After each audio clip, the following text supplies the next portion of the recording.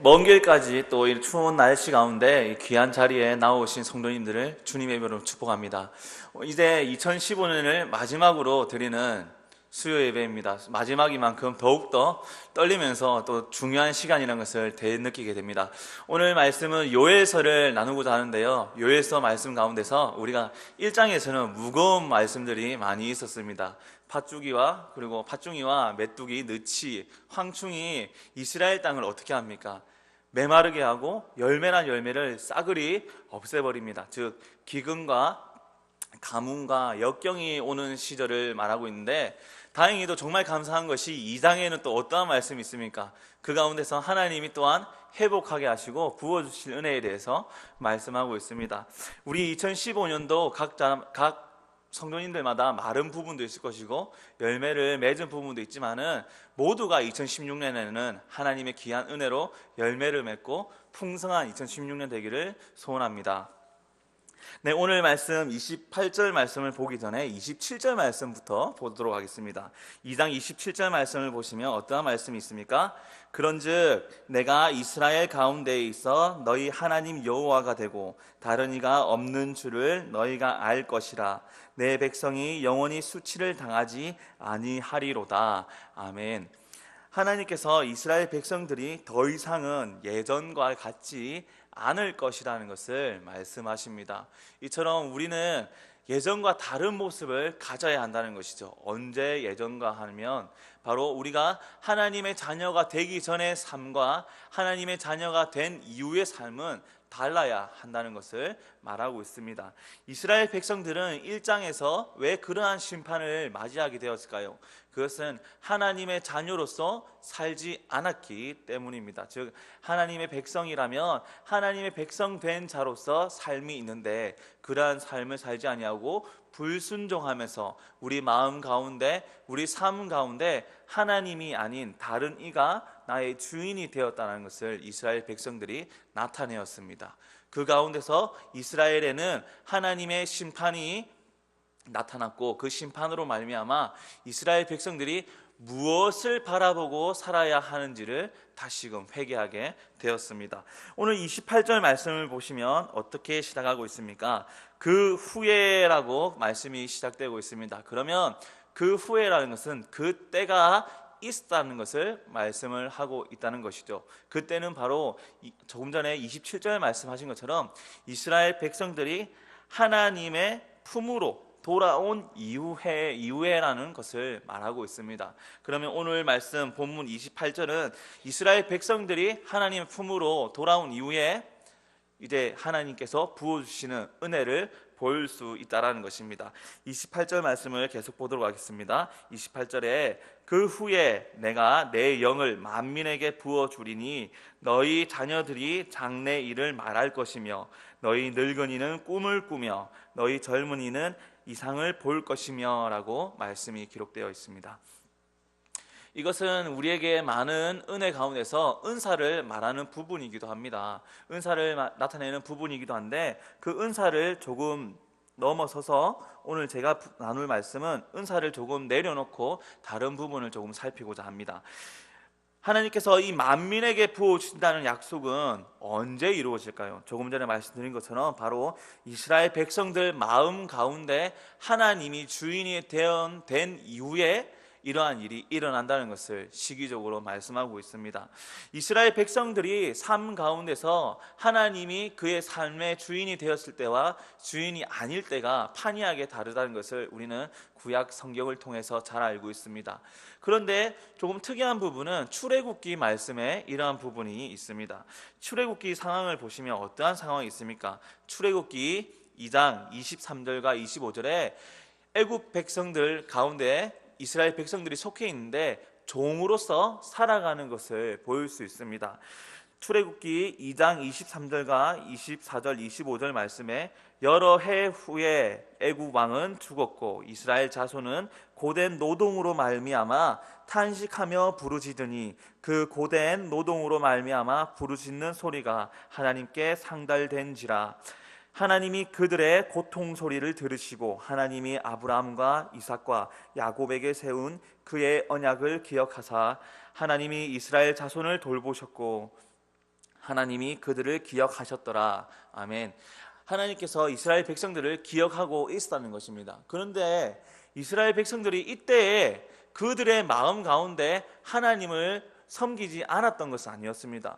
그런데 그들이 종으로서 살아간 때가 있었다는 것이죠. 즉 이스라엘 백성들이 고된 종으로 살거나 아니면 포로로 사는 기간 가운데서도 하나님이 마음속에 없었기 때문에 이러한 불행과 심판을 받았지만은, 하나님을 섬기며 하나님을 경외하고 있었지만은 그들의 삶에 힘든 역경도 있었다는 것입니다. 즉 하나님 품을 떠나서 우리가 힘든 역경에 처해지는 것이 아니라 하나님 품에 있을 때에도 역경을 겪을 수 있다는 것을 출애굽기로 볼 수 있습니다.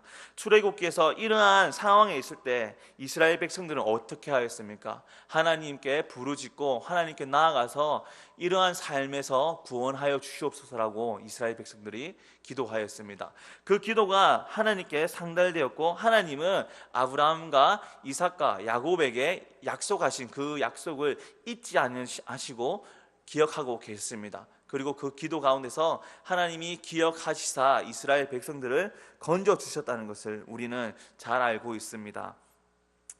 하나님께서는 이러한 환경에서도 구하시고 심판 가운데서도 회복을 허락하신다는 것을 알 수 있습니다.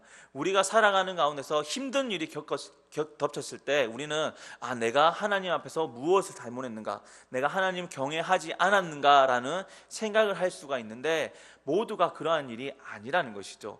이스라엘 가운데 하나님이 있었지만은, 이스라엘 백성들 마음 가운데 하나님이 있었지만은, 하나님은 연단하시고 하나님의 크신 계획 가운데서 우리에게 고난과 역경이 올 수 있다라는 것을 나타내고 계십니다. 하지만 오늘 말씀을 나누는 요에서는 이 출애굽 시기와는 조금 다릅니다. 이스라엘 백성들이 그 마음에 하나님이 없었고, 또한 그들의 주인을 다른 이로 섬겼기 때문에 이러한 심판을 맞이하게 되었습니다.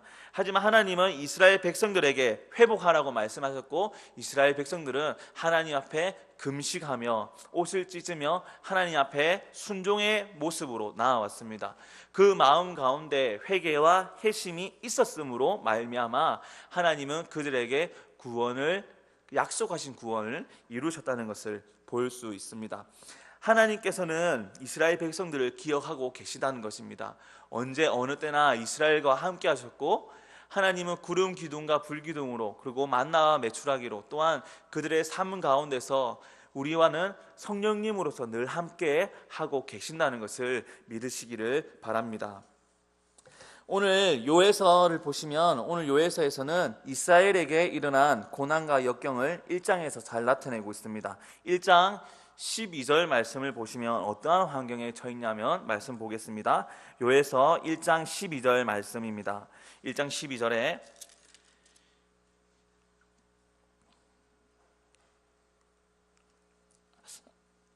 제가 구절을 잘못 부분 찍었네요. 자, 제가 읽어드리겠습니다. 여호와의 말씀에 너희는 이제라도 금식하고 울며 애통하고 마음을 다하여 내게로 돌아오라 하셨나니, 너희는 옷을 찢지 말고 마음을 찢고 너희 하나님 여호와께로 돌아올지어다. 그는 은혜로우시며 자비로우시며 노하기를 더디하시며 인애가 크시사 뜻을 돌이켜 재앙을 내리지 아니하시나니 라고 말씀이 기록되어 있습니다. 2장 말씀이죠. 2장에 이렇게 말씀이 기록되어 있습니다. 하나님께서는 이스라엘 백성에게 매로서, 심판으로서 끝나는 것이 아니라 그 매를 맞은 이스라엘, 심판을 맞이한 이스라엘에게 너희는 다시 돌아오라는 말씀을 하고 계십니다.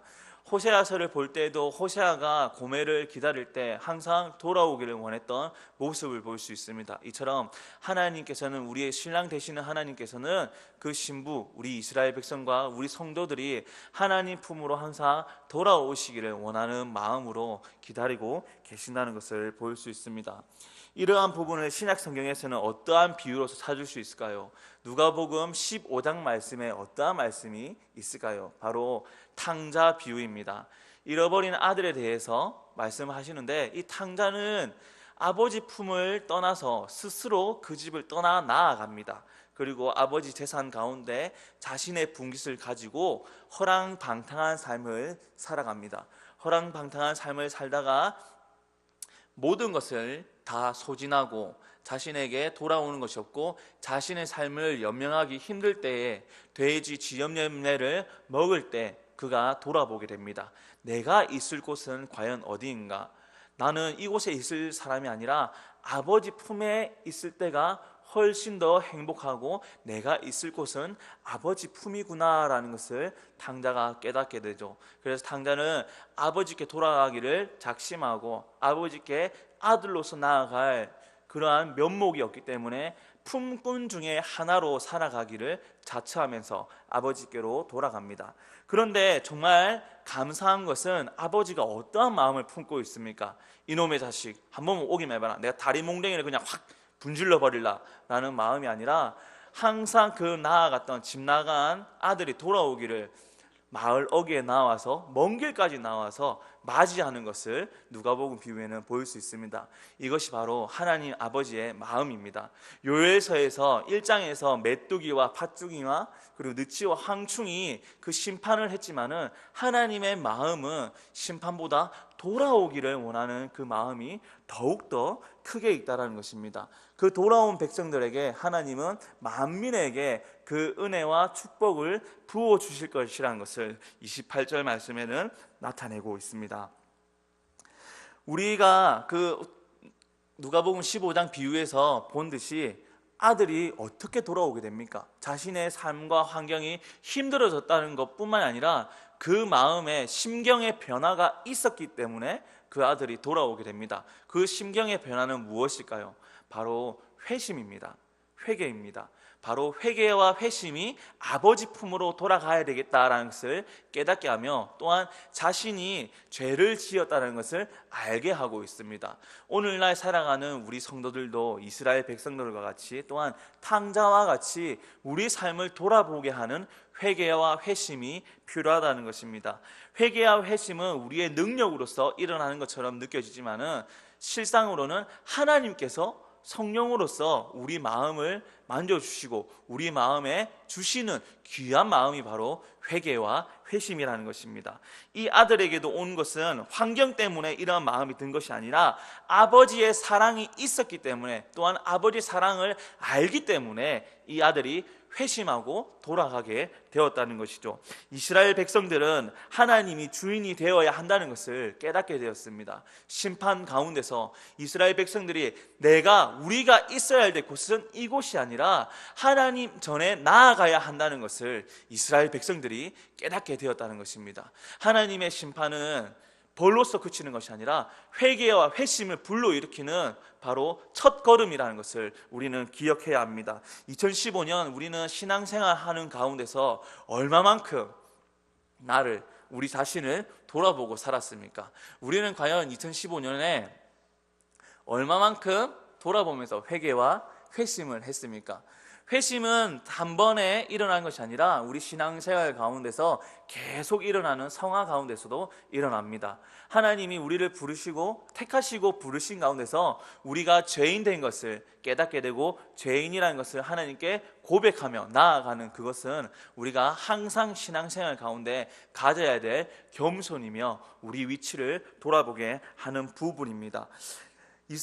하나님의 백성들 가운데서 바로 가장 불행인 재앙, 하나님의 백성이 가진 재앙은 무엇일까요? 물질이 없는 것, 삶의 터전이 없는 것, 아니면 먹을 끼니가 없어서 걱정하는 것, 이것을 재앙으로 느낄까요? 아닙니다. 이스라엘 백성들에게 메뚜기와 같은 재앙이 성도의 재앙이 아니라 성도의 가장 큰 불행인 재앙은 무엇이냐? 하나님과의 단절이라는 것이죠. 그것이 바로 성도의 그리스도인의 가장 큰 재앙이라는 것입니다. 이스라엘은 이러한 큰 재앙을 겪고 난 이후에 하나님께로 나아가야 된다는 것을 깨달았다는 것이죠. 우리 성도들도 우리 주변에 낙심자가 있다면 그러한 불행과 재앙 가운데 있는 낙심자를 다시 하나님의 품으로 돌아오게끔 하는 귀한 메신저가 되어야 한다는 것을 기억하면서 살아가시기를 바랍니다. 성도의 행복은 무엇일까요? 재앙이 하나님과 단절이라면 행복은 그러면 바로 하나님과 다시금 하나 되는 것입니다. 하나님과 연합되는 것이 바로 성도의 가장 큰 행복이라고 말할 수 있습니다. 바로 하나님의 연합인데 하나님과 연합은 어떻게 이루어질까요? 하나님과 연합은 어떻게 이루어지냐면 바로 우리의 회개와 회심으로 말미암아 이루어지게 된다는 것입니다. 하나님께서는 예수 그리스도를 보내시어서 십자가에 죽으시고 부활하셨습니다. 그 가운데서 우리 죄를 말끔히 깨끗하게 씻겨 주셨습니다. 그런데 우리는 연약하고 항상 죄 가운데 도사리고 있는 상황 가운데 살아가는지라 죄를 범합니다. 자범죄를 범하고 우리의 원죄 속에서 우리는 삶을 살아가고 있습니다. 하나님께서는 예수 그리스도로 말끔히 씻겨 주셨지만은 우리는 연약해서 또 걸려 넘어지게 된다는 것입니다. 예수 그리스도의 보혈의 능력은 무한합니다. 물론 우리의 자범죄까지도 말끔히 씻겨줍니다. 그러나 우리가 죄 가운데 있고 죄인이라는 것을 하나님은 항상 고백하고 회개하기를 원하십니다. 그래서 우리 마음 가운데서 성령으로서 우리에게 회개를 불러일으켜 주십니다. 오늘 말씀 29절 말씀을 보겠습니다. 29절 말씀에 그때에 내가 또 내 영을 남종과 여종에게 부어줄 것이며 라고 말씀하십니다. 즉 남녀노소에게 부어줄 것을 말합니다. 회개하는 자들, 우리 마음 가운데 하나님이 우리의 주인 되신다는 것을 고백하는 자들에게 하나님은 이러한 은혜와 능력을 부어주실 것을 28절과 29절에 말씀하고 계십니다. 본문에서 이 성령의 은혜, 성령께서 부어주시는 이 은혜의 범위는 자녀들과 그리고 늙은이들과 젊은이들에게 부어주신다라고 28절에 말씀하십니다. 32절에도 이 범위가 얼마나 넓은지 계속해서 말씀하고 계십니다. 32절 말씀 보겠습니다. 32절 말씀에 누구든지 여호와의 이름을 부르는 자는 구원을 얻으리니 라고 말씀이 기록되어 있습니다. 즉 하나님께서 만민에게 이러한 은혜를 부어주시는데 이러한 만민이 어떠한 자인가? 바로 여호와의 이름을 부르는 자에게 이러한 은혜를 부어 주신다라고 말합니다. 즉 회개로 나아갈 때 그 회개가 하나님이 나의 주인 되신다는 회개를 할 때, 믿음의 고백을 할 때 그들에게 하나님은 은혜를 부어 주실 것이라는 것을 약속하신다는 것입니다. 고린도전서 12장 3절 말씀을 보도록 하겠습니다. 신약성경 고린도전서 12장 3절 말씀에 그러므로 내가 너희에게 알리노니 하나님의 영으로 말하는 자는 누구든지 예수를 저주할 자라 하지 아니하고 또 성령으로 아니하고는 누구든지 예수를 주시라 할 수 없느니라.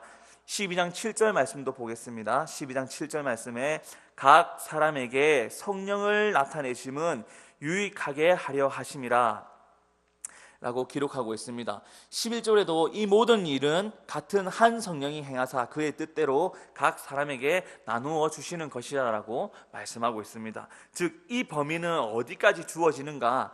하나님의 영으로 말하는 자 누구에게든지 하나님이 부어주신다는 것입니다.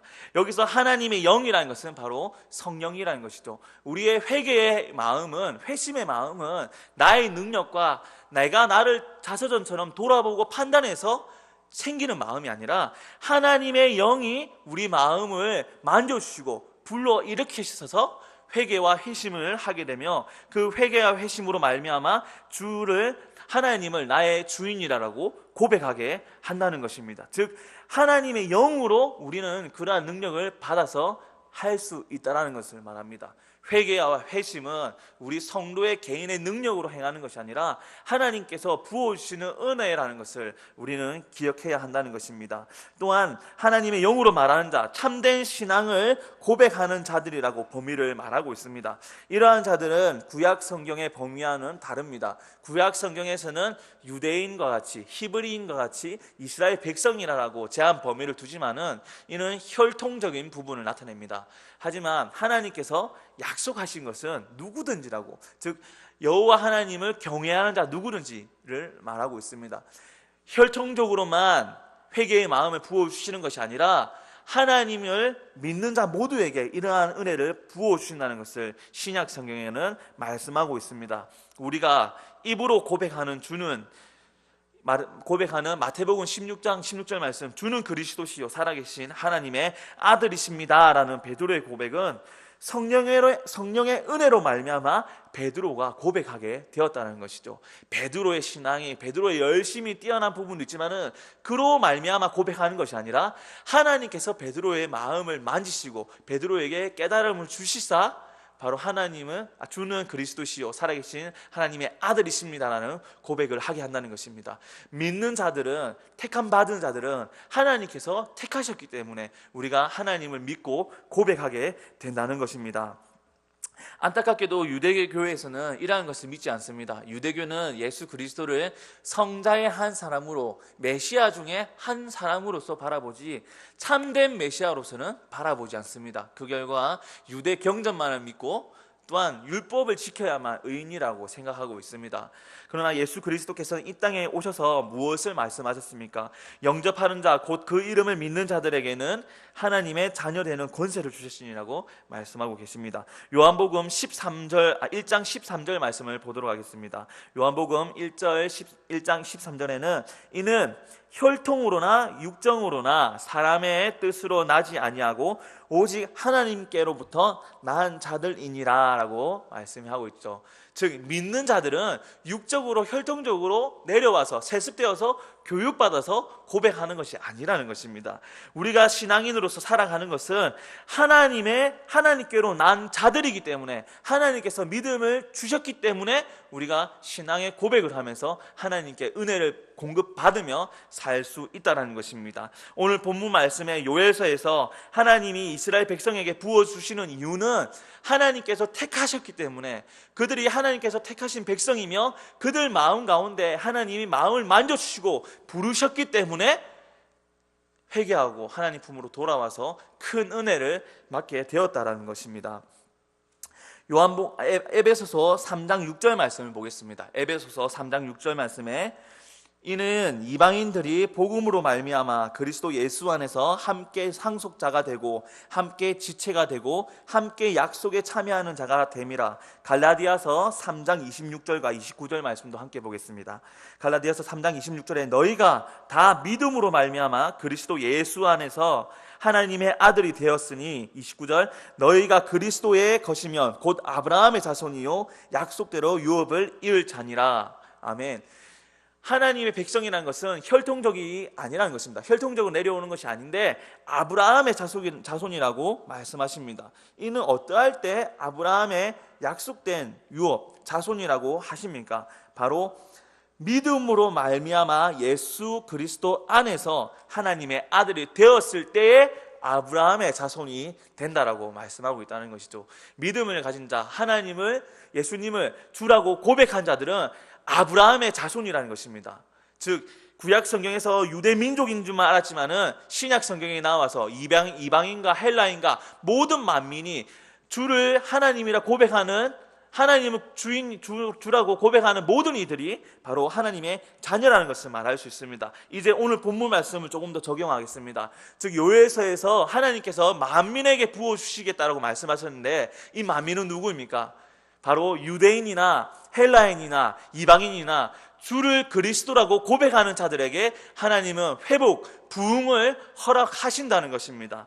우리는 부흥의 뜻을 생각해 봐야 됩니다. 우리는 기도할 때 부흥, 우리가 부흥하게 하소서, 우리 교회가 부흥되게 하소서, 우리 부서가, 우리 주일학교가 부흥되게 하소서라고 기도를 합니다. 그런데 부흥의 원뜻은 무엇일까요? 부흥의 원뜻은 쇠퇴한 것을 다시 일으켜 세우다라는 뜻을 가지고 있습니다. 부흥은 잘되고 잘되는 것을 더 잘되게 하는 것이 아니라 우리의 생각과는 다르게 무너졌던 것을 다시 일으켜 세우는 것을 부흥이라고 말합니다. 하나님께서는 이스라엘 백성들을 요엘서에서 다시 부흥의 자리로 불러일으켰습니다. 이사야서에서 말씀하신 바 그 그루터기를 남겨주신다라고 말씀하셨습니다. 그루터기는 무엇을 말합니까?